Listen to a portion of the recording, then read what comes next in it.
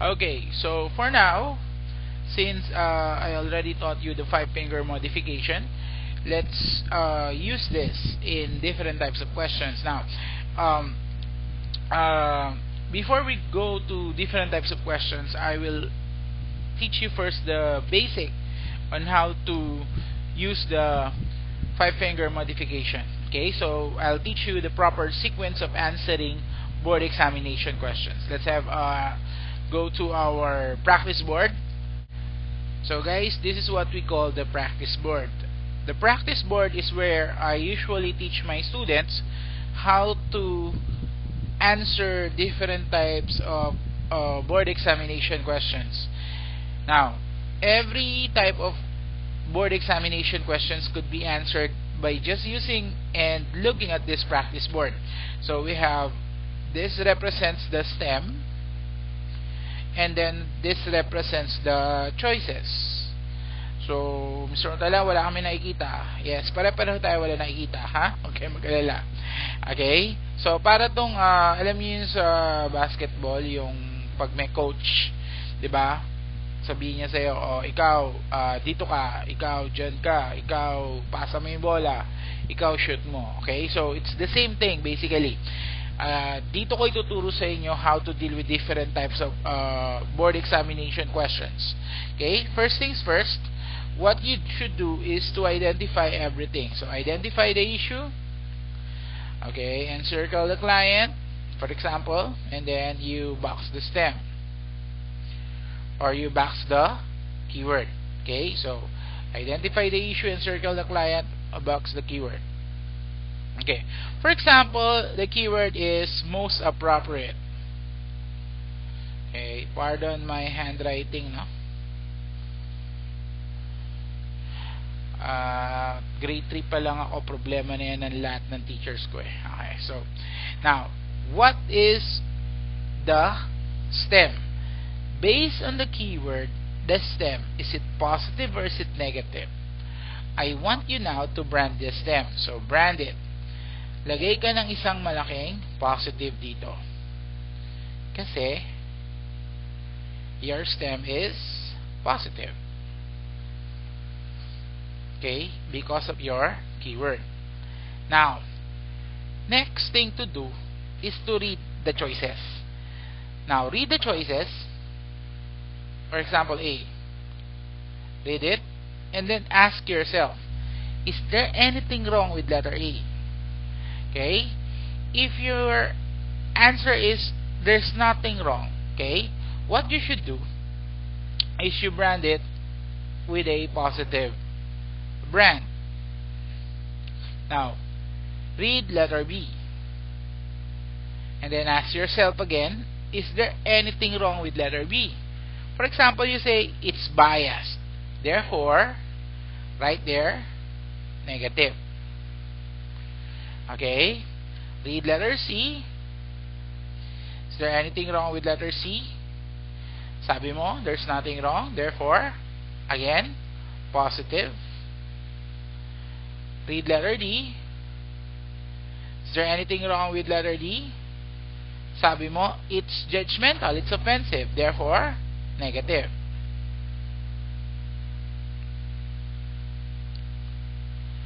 Now, once na branded na ang stem, the next thing to do is basically brand your choices. Now, if ever the stem is already branded and the choices are already branded also, okay, the next step is always to apply the rule of thumb. And what's the rule of thumb? Remember, the basic rule of thumb is a positive stem is always looking for a positive answer, and a negative stem is always looking for a negative answer. Okay?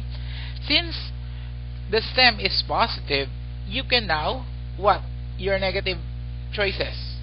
Okay, you can now burn them. So, burn 33.33%. Letter D, burn them.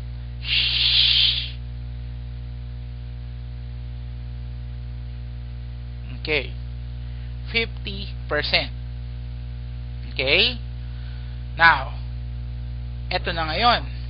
this is where it becomes critical.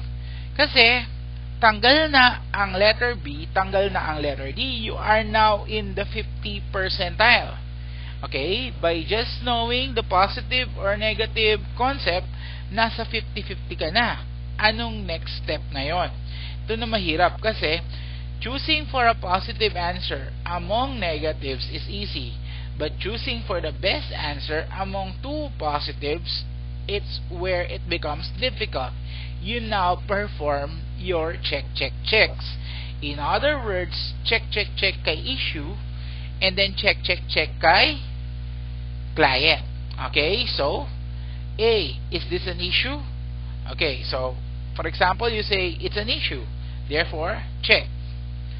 Don't perform checks doon sa na-burn mo na kasi nonsense na yon. Okay, so you go with letter C. Check. Is this an issue? Okay, sabi mo it's still an issue, therefore check. Damn. Why? Because of the simple fact that both of them are issues. So wala ka ngayong ma-eliminate kanino? Kay issue. Okay, di bali na, may isa pa naman tayo, may last chance pa tayo, and what is that? Okay, it's for the client. Check ka ngayon kay client. Ask yourself, is A client-centered? Okay, yes. Sabi mo, is C client-centered? Oops, inuna yung nurse. Therefore, letter C say what? Letter C is a distractor. Therefore, what could we do? We could eliminate it. Okay, so burn. The only possible answer for this type of question is none other than letter A. Okay? Ano ba yung tanong? Hindi ko alam. Pero, okay, I know that the correct answer is letter A. Okay? Yes. So, that is how you do the proper sequence. Okay? First things first. Ulitin natin ha. For the benefit of those people who didn't get that fast enough. First things first is to identify everyone. Issue, client, keyword. Based on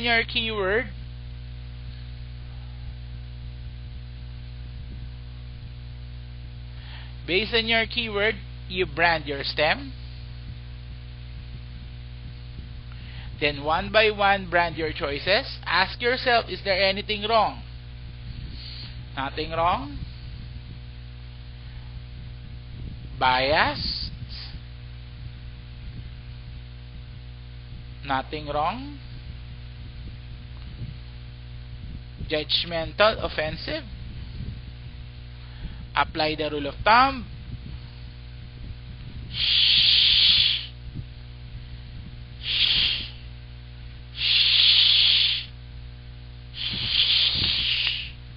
Okay, yes. And then perform the checks.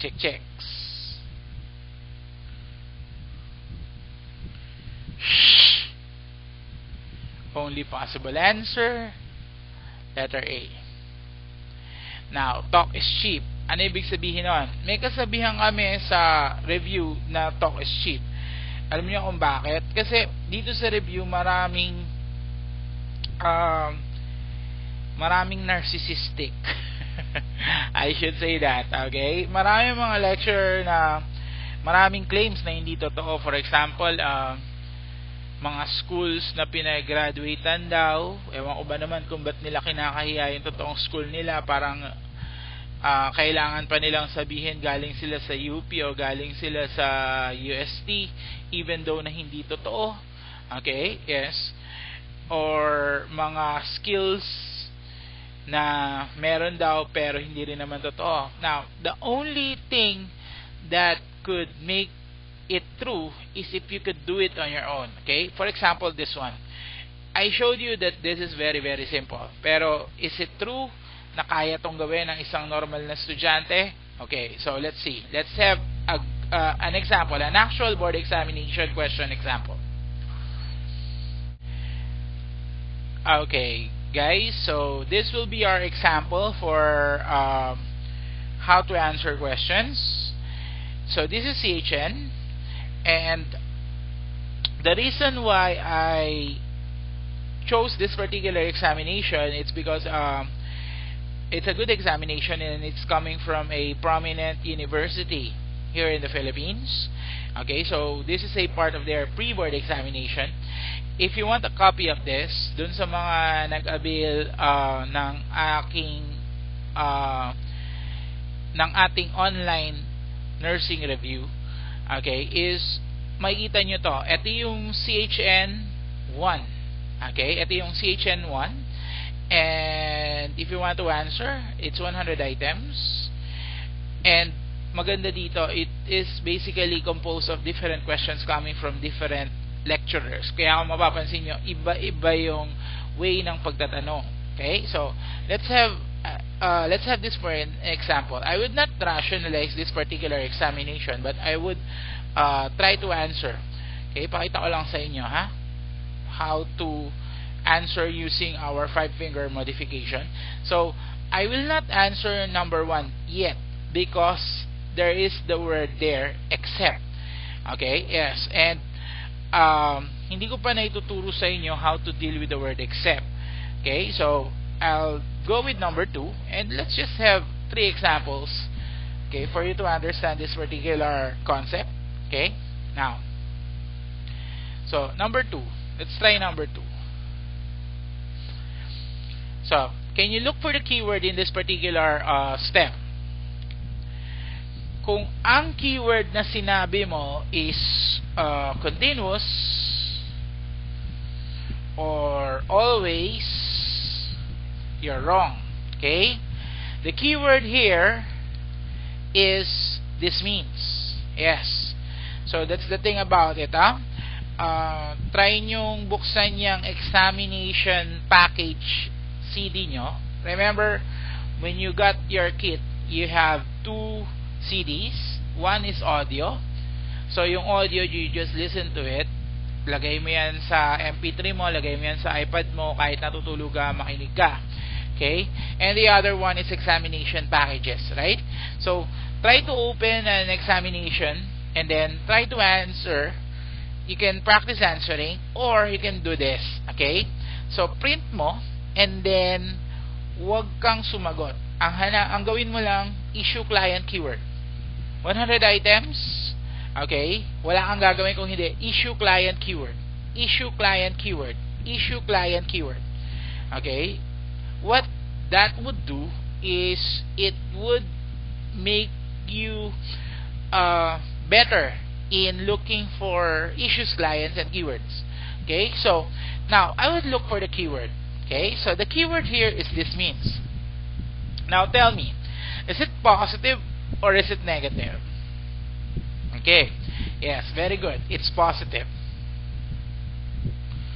Okay, and then let's ask ourselves, is there anything wrong? Change in the community is inherent. Okay, so positive, negative. So there's nothing wrong there. Ibig sabihin lang basically nito is change in the community is always there, and that's positive. So lalagyan ko siya dito ng positive, like that. Okay, B. After a particular period of time, community situation becomes predictable. Nagiging predictable ba ang situation sa community? So most definitely this is a negative. Okay, so lagyan ko siya ng negative like this. Condition in the community is static. Ano ibig sabihin ng static, guys? Static simply means non-changing. Therefore, okay, it's negative. And then letter D, traditional interventions are always applicable at any given time and situation. Kung napanood nyo na yung video ko ng Itsumo Test 1, okay, malalaman nyo that this is already negative because of a certain strategy. But kung hindi nyo pa napanood yung video, well, ibig lang sabihin nito, yun daw bang mga ginagawa ng lolo mo noon applicable pa rin kahit kailan at kahit saan? So most definitely that is negative. So I will put here negative. Okay, if we apply the rule of thumb, what happens now? Shh! You burn the boy, the cat, and the dog. Okay, wala nang matitira. The only possible answer is none other than, very good, letter A. Can you follow? Let's have two more. Okay, yes. Number 3. If the condition in the community is always changing, it is necessary to. Okay, can you give me the keyword in this particular stem? Okay, very good. If your answer is necessary to, very good. That's a good keyword. Necessary or necessary to? Okay, now, is it positive or is it negative? Okay, very good. It's positive. So, A. Isolate community problems from societal problems. Is there anything wrong with that? Okay. Of course, community does affect the society. Therefore, isolation of its problems would be negative. B. Develop a community health plan. Positive. C. Identify sources of conflicts in the community. Is there anything wrong there? Okay, there's nothing wrong, therefore positive. D. Continuously assess community situation.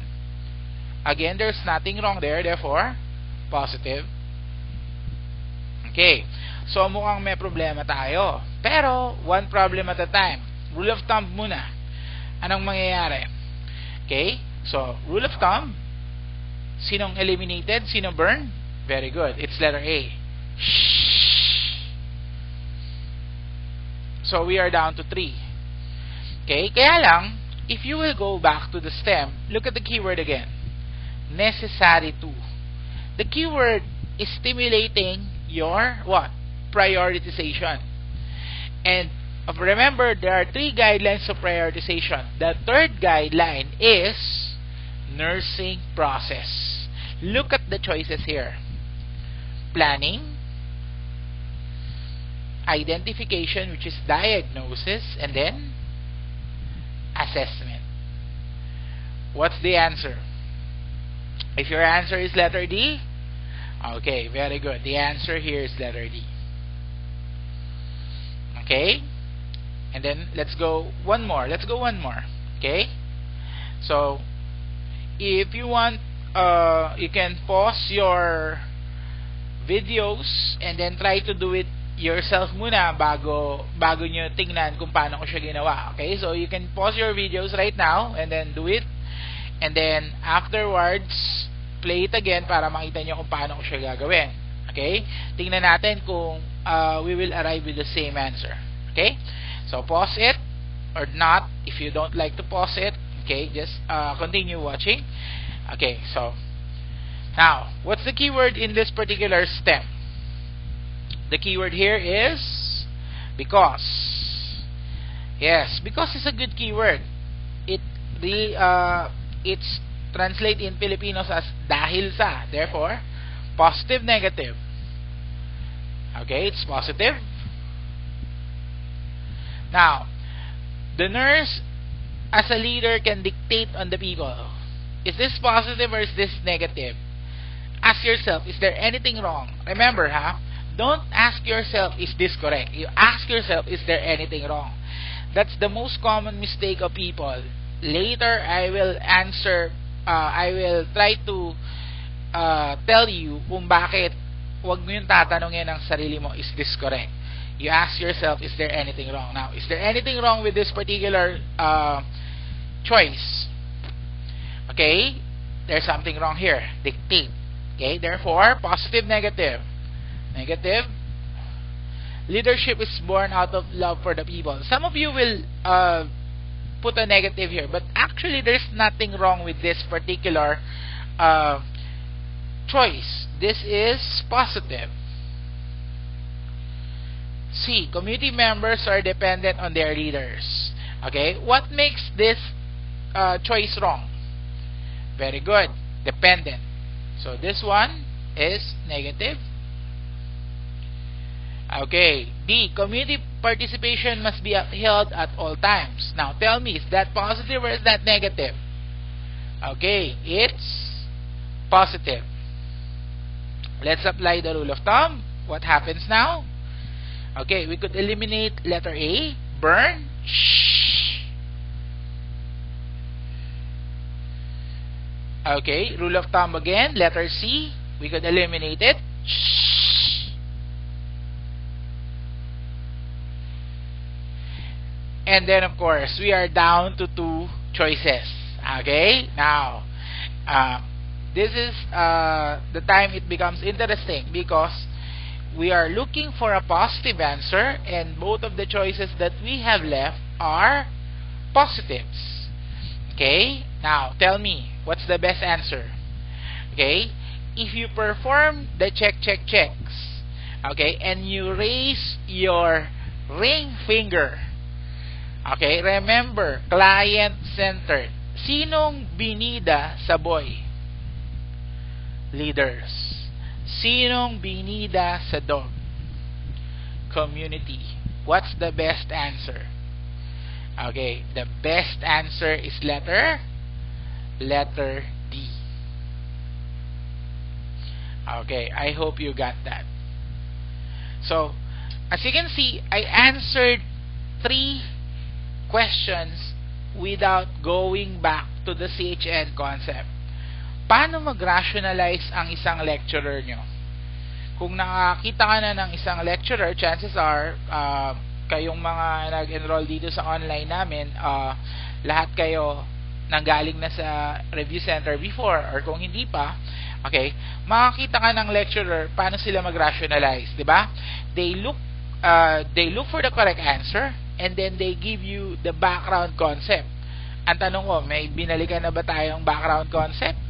Wala pa tayong binabalikan na background concept. Ang ginagawa pa lang natin is nagpa 5-finger modification tayo. And don't get me wrong, okay, wala pa tayo sa test-taking strategy. Can you follow?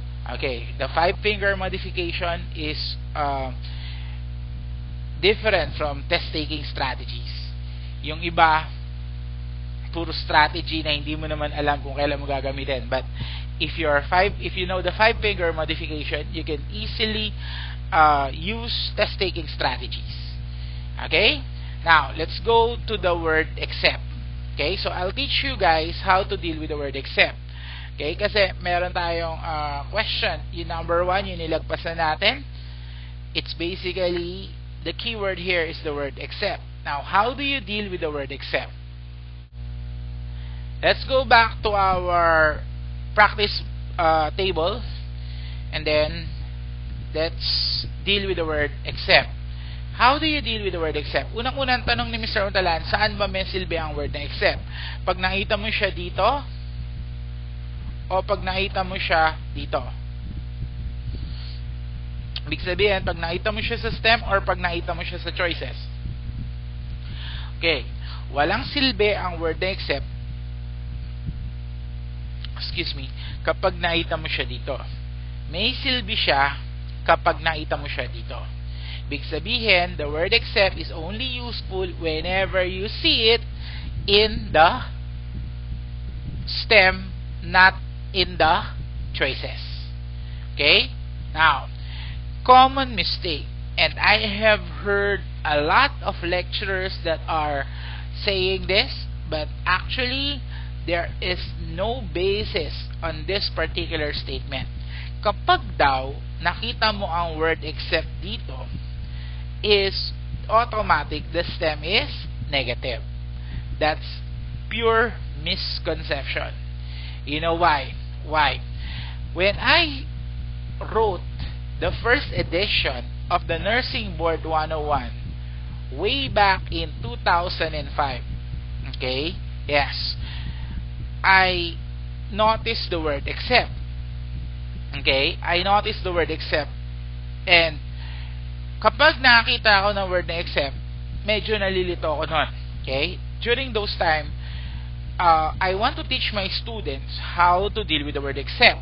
So I try to research. I research from different books in the internet. Okay? And isa lang ang laging sinasabi ng mga nakita ko. Ano yun? Kapag daw you're dealing with the word except, you have to know if it's a single negative, a double negative, a triple negative, so on, stem. Okay? Now, so, kung meron kayong kopya ng 2005 or the first edition of the Nursing Board 101, okay? So, makikita nyo, yun ang nakasulat doon. Single negative, double negative, triple negative. I try to teach it to my students. Guess what? Ano yun? Hindi nila magets. Okay? Why? Let's accept the fact na hindi lahat ng estudyante articulate in English. Okay? So, kapag tinuturo ko ang isang concept tapos hindi magets ng students ko, I try to make it better. So, I try to research more. Okay? So, came 2007, second edition of my Nursing Board 101. So, dumating yun in 2007, and this time I have to write a revision for the Nursing Board 101. Okay? Right now, nasa third edition ng Nursing Board 101. Anyway, so, second edition ngayon ng Nursing Board 101. Since hindi ako believe dun sa tinuturo kong concept, dahil hindi mag-gets ng student yung concept ng except. Okay? Yeah, so, I try to look for a different concept. Ibig sabihin, an easier way to teach the word except. Okay? Now, wala pa rin ako makita sa mga libro, wala pa rin ako makita sa internet. Doon ko na pag-isipan na kapag hindi ko makita sa libro yung concepts, why not make my own? Tama? It will be an original concept. So, I made my own. Napakasimple ng ginawa ko. Okay? So, always remember, whenever you see the word except, okay, it changes everything. Okay? So, this is how you do it. Whenever you see the word except, saan? Sa stem, ha? Hindi sa choices. Okay? What you want to do is you want to cover it. So, cover the word except because it is already the keyword. So, cover the word except. For example, the stem states, the following are indicated for this patient, except. What's the keyword there? Except. So, kung tatakpan ko ang word except, okay, and then I will read the stem again. Anong basa sa stem, di ba? The following are indicated for this patient. Ibig sabihin, even without the word except, the stem is positive. Kapag nilagyan ko ng except ang isang positive na stem, what happens? The except cancels out the positivity, making it negative. Yan ang common, pero it doesn't mean na yan lang palagi ang nangyayari. Again, iba ang common, iba yung yun na talaga ang concept. Can you follow? Okay, yes. Again, balik tayo. Kapag nakita ng word na except, anong gagawin? Takpan. Okay? For example, the stem reads like this. The following are contraindicated for this type of patient, except. So, if you cover the word except on that particular stem, what happens now? The stem would read, the following are contraindicated. Ibig sabihin, the what? The stem is already negative. Okay? Negative stem plus the word except. The except will now cancel the negativity of that particular stem, making it positive. Can you follow, guys? Okay? Ibig sabihin, hindi porket may except negative. Tatandaan niyo yun, ha? Okay. Hindi dapat generalize na porket may except negative. Walang librong foreign books na magsasabi sa iyo nun. Okay? Dati walang sa mga nabasa ko, walang local book na magsasabi sa iyo nun. Kaya lang, I don't know with the books right now. Because a lot of people are writing, and ang masagwa yung nagsusulat na walang research based. Okay, yung kuha lang ng concept na from the air, kung sabi ko nga. Anyway, so this is a good example of a double negative.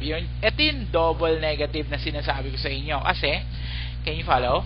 Okay, one negative word, two negative word equals positive. Okay, so ito naman, single negative. Ito yung rule sa double negative, triple negative. But I wouldn't teach you that because I have an easier way. So all you have to do is to cover the word except. So let's try to put this into practice. Try nating sagutan yung in-skip natin kanina. Let's go back.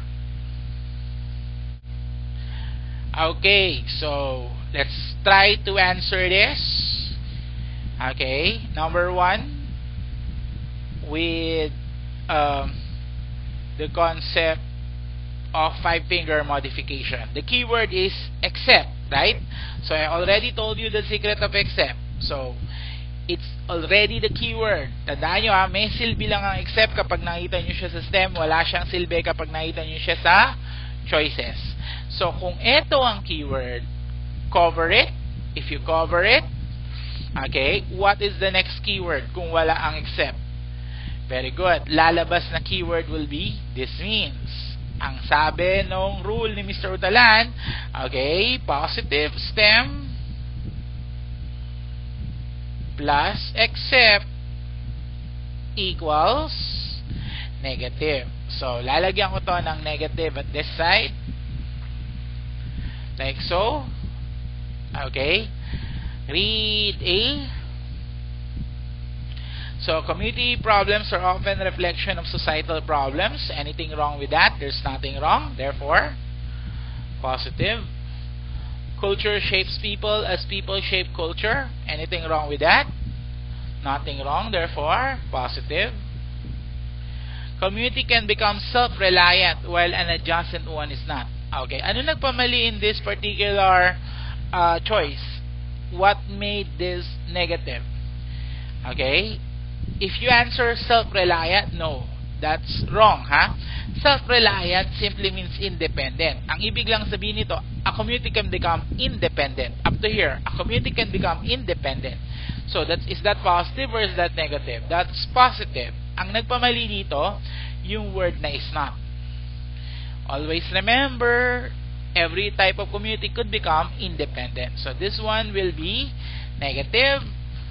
Societal factors may have direct effect on the community situation. So, there's nothing wrong there. Therefore, positive. Okay. Rule of thumb.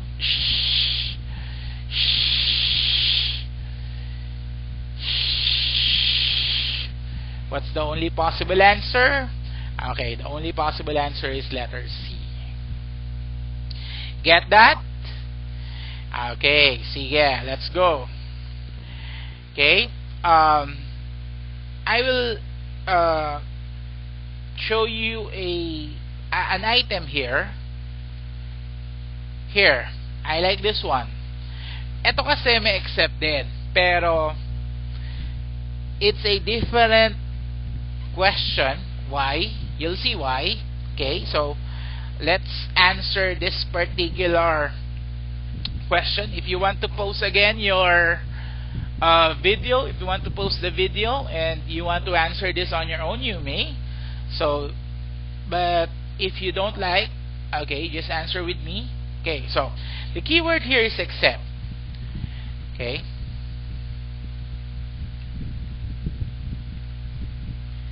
keyword here is except. Anong sabi ni Mr. Untalan kapag nakakita ka ng word na except?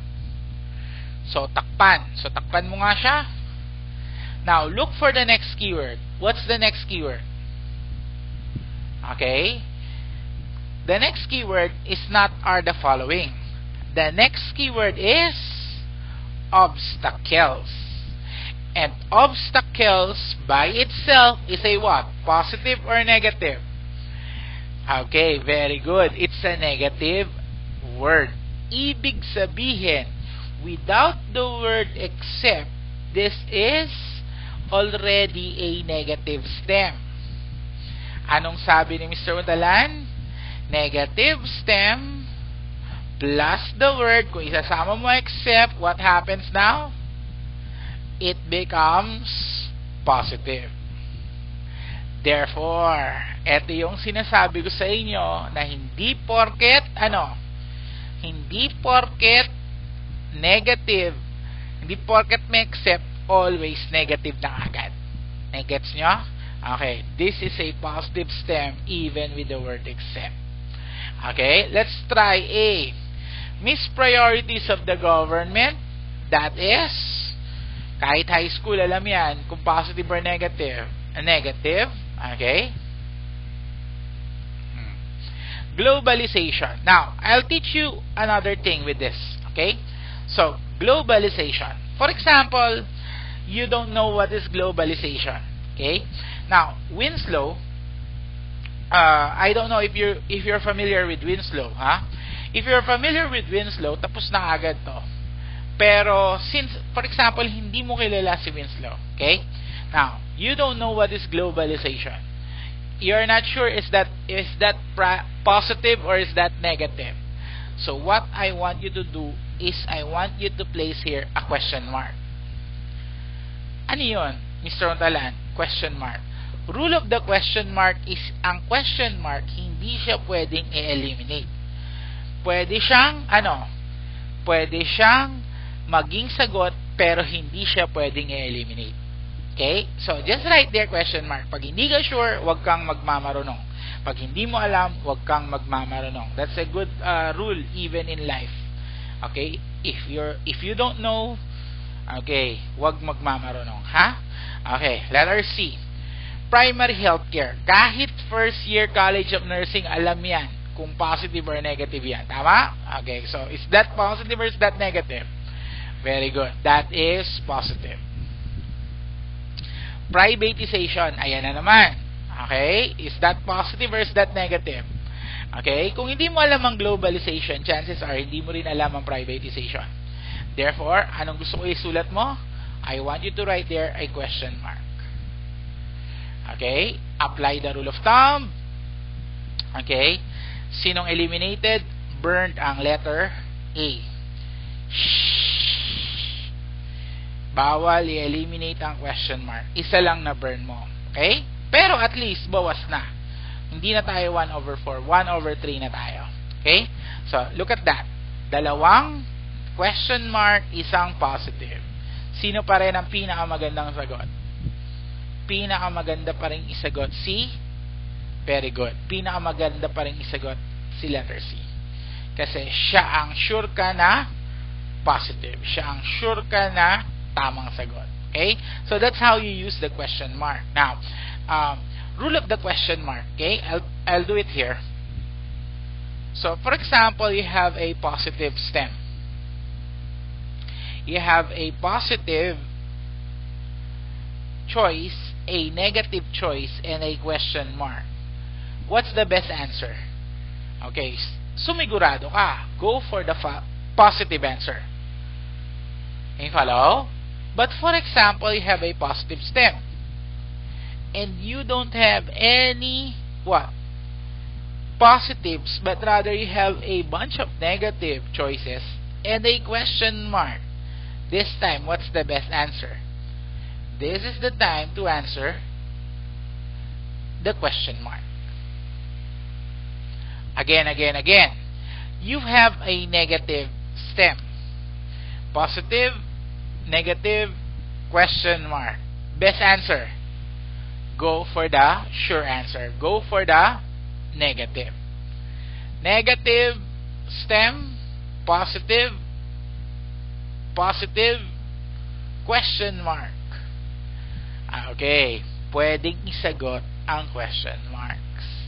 Syempre, next yung tanong sa akin, Sir, Mr. Untalan, paano kung lahat question mark? Okay, hindi uubra to doon, ha? Okay, Ubra to kapag hindi mo alam yung isa, okay, pero hindi to ubra kapag hindi ka sure sa lahat.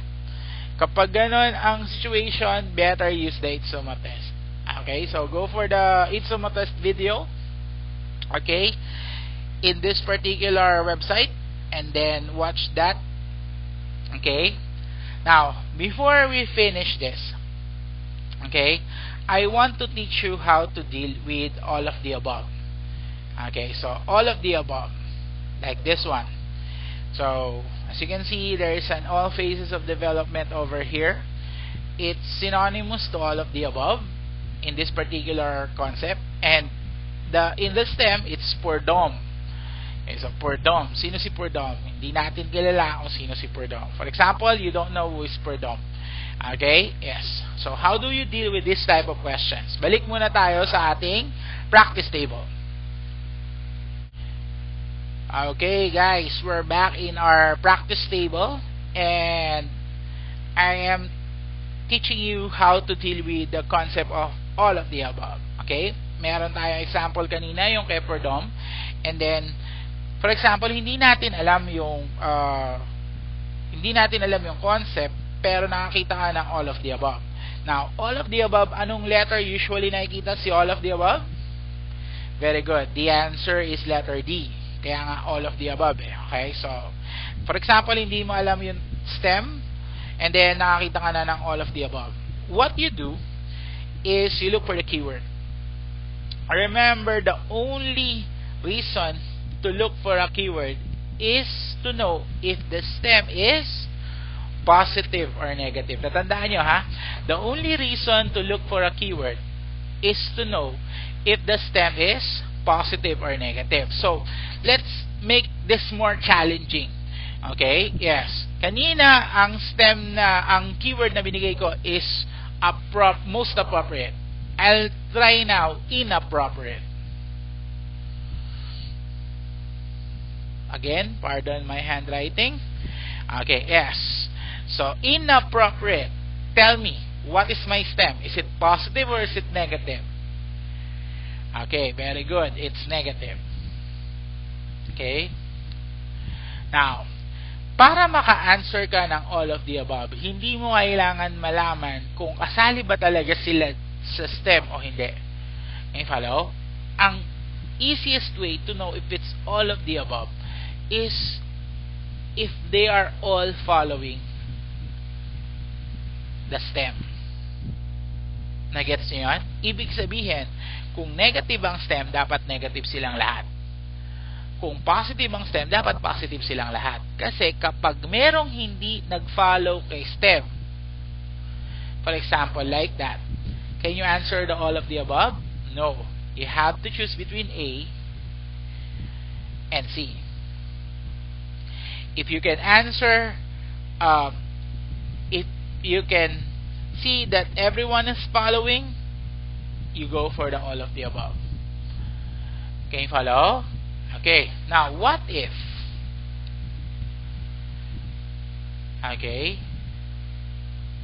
Positive, negative, negative, negative. Is this all of the above? No. This time, it's none of the above. Kapag wala naman nagpa-follow sa kanya, that's none of the above. Meron akong professor before nung college ako. Ganito siya gumawa ng tanong. Isang all,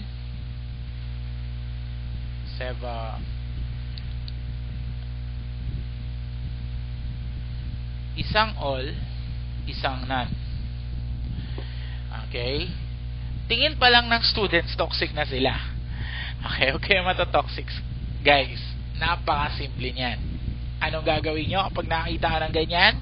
Tingin ka agad kay keyword. Mag-positive, negative ka.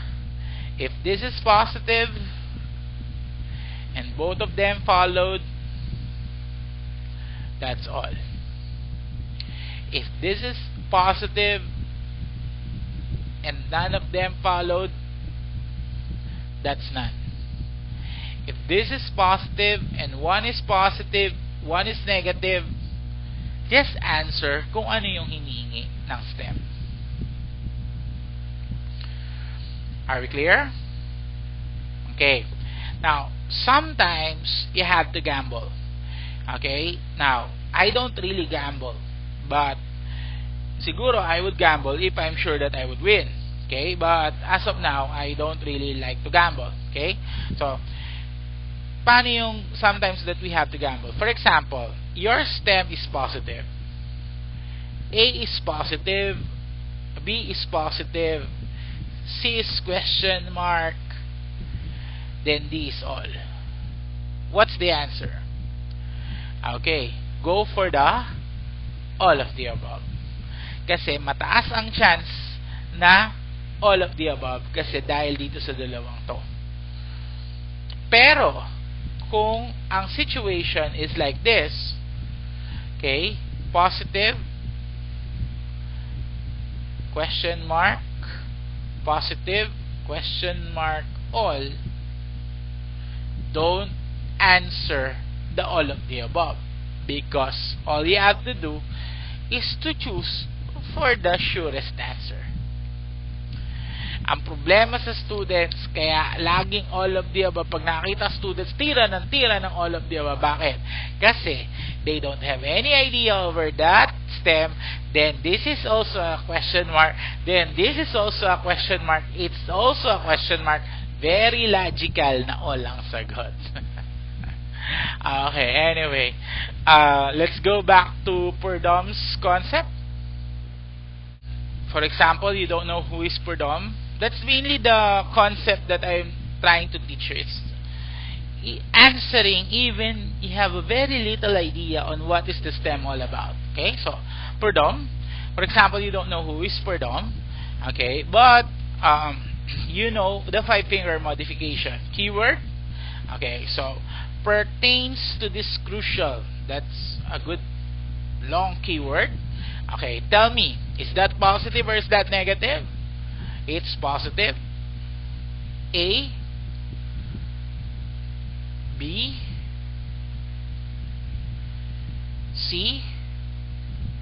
Okay, it's logical to answer letter D over here. See? That's how you deal with all of the above. Ha?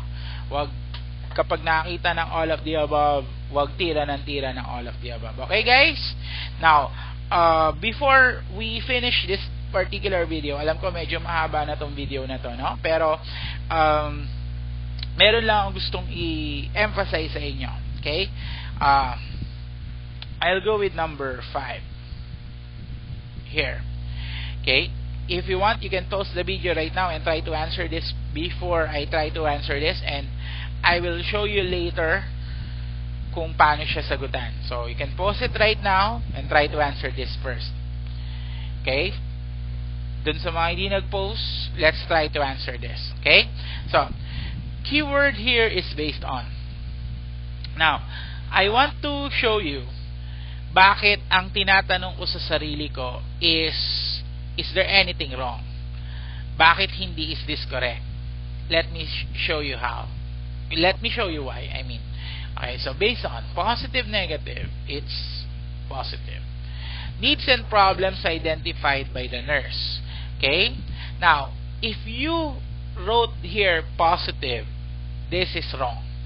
Why? This is negative. Those identified needs in community diagnosis, positive. Plan of action, positive. Objectives of the plan, positive. Okay? Now, if you have already watched the Itsumo technique, okay, as you can see here, these are basically the same. So, similar options, you can eliminate both of them. This is negative. The only positive answer here is letter B. Okay. So, if you got that, no problem.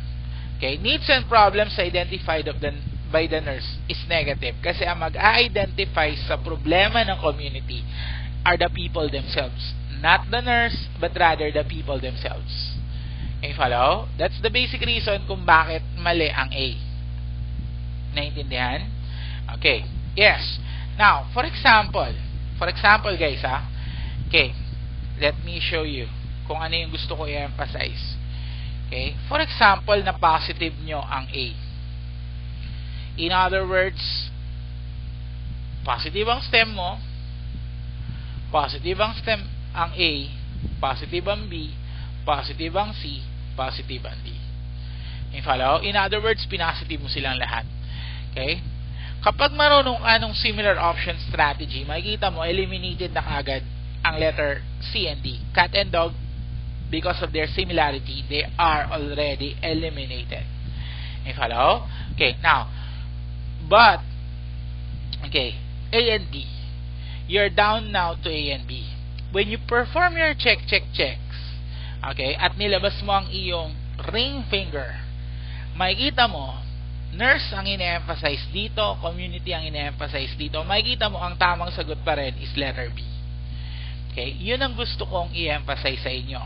Kapag ang isang negative nagawa mong positive, chances are, makukuha mo pa rin ang tamang sagot. Pero kapag ang isang positive nagawa mong negative, okay, malabo ka ng makatama. Kaya ang tanong palagi natin, is there anything wrong? Kapag ang tanong mo, is this correct? Chances are, ine-negative mo yan lahat. Can you follow? That's the reason kung bakit ang ine-emphasize ko, itanong nyo sa sarili nyo, is there anything wrong? Are we clear? Okay, so, hopefully, you have learned a lot with this particular video. The best video na isunod is yung Itsuma test. And hello, the Itsuma test. That's the Itsuma 1. Okay, yan yung isa sa mga nagpasikat sa akin, or hindi ko naman kina-consider ang sarili ko sikat, but it's one of the things that made me who I am today, the Itsuma test. Okay, so thank you for watching this particular video. God bless you all, and hope that you could use the knowledge that you have learned. If ever you have any video request for those who are in the Philippines, just text us 0918-5588-558. For those who are abroad, for our students who are abroad, okay, our international students, just email us, okay. That's online nurse review alternative at yahoo.com. No spaces, online nurse review alternative. Okay? Or kung may Viber kayo, just Viber us at 0918-5588-558. Okay? So that's it for me. God bless you all, guys, and goodbye.